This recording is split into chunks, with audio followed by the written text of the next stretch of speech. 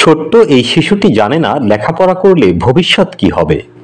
স্কুলে যাওয়ার প্রবল ইচ্ছা থাকলেও অভাবের তাড়নায় বাবার কাজে সহযোগিতা করছেন তারা দুই ভাই।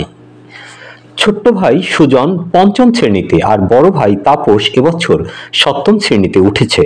কিন্তু লেখাপড়ার খরচ তো দূরের কথা, তাদের তিনবেলা খাবার জোটাতে হিমশিম খাচ্ছে তার বাবা।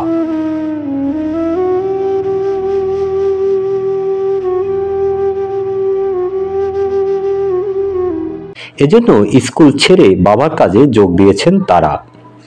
আজকের ভিডিওতে জানাবো এমন এক অসহায় পরিবারের কথা। তার আগে আমাদের চ্যানেলে যদি নতুন হয়ে থাকেন তাহলে সাবস্ক্রাইব করার অনুরোধ রইল। আর ভিডিও সম্পর্কে আপনার মতামত কমেন্টস করে জানাতে ভুলবেন না। আপনার একটি মূল্যবান মন্তব্য আমাদের পরবর্তী ভিডিও তৈরিতে উৎসাহিত করবে।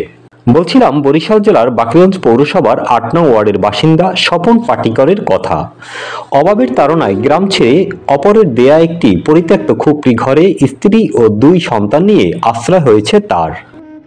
তবে পরিত্যক্ত ঘরটির চালা ভেঙে যাওয়ায় রাতে পূর্ণিমার চাঁদ দেখা যায় বিছানায় শুয়ে শুয়েই। ক্ষুধার্ত পেটে সেই চাঁদ যেন ঝলসানো রুটি হয়ে ওঠে এই অসহায় পরিবারের কাছে। ঝড় বৃষ্টি হলে মাটিতে পানি পড়ার আগেই তার ঘরের সবকিছু ভিজে যায় বৃষ্টির পানিতে। নিজের কোনো ঘরবাড়ি না থাকায় এমন করুণ অবস্থা হয়েছে তাদের। নতুন বছরে ছেলেদের স্কুলে পাঠানো এখন অনিশ্চিত হয়ে পড়েছে, কারণ এক সময়ে শীতল পাটি বর্তমান সময়ে প্লাস্টিকের অগ্রাসনে চাহিদা নেই বললেই চলে। 5-7 দিনে তৈরি হয় একটি শীতল পাটি, আর তা বিক্রি করা হয় 1500 থেকে 2500 টাকা পর্যন্ত।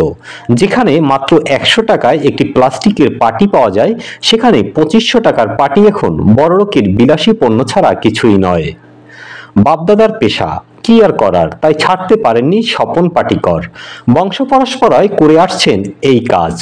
দারিদ্রতার কারণে লেখাপড়া অনিশ্চিত হওয়ায় ছেলেদের ভাগ্য হয়তো এই কাজই জুটবে।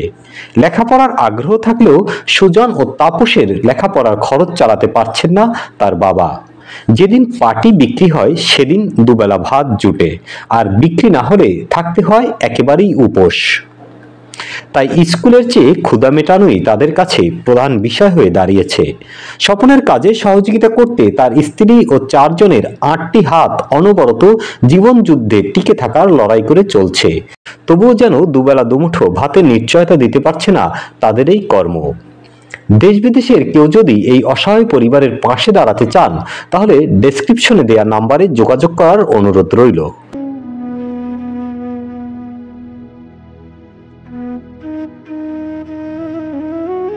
সবাই ভালো থাকুন, সুস্থ থাকুন, এই প্রত্যাশায় বিদায় নিচ্ছি আমি এস এম পলাশ।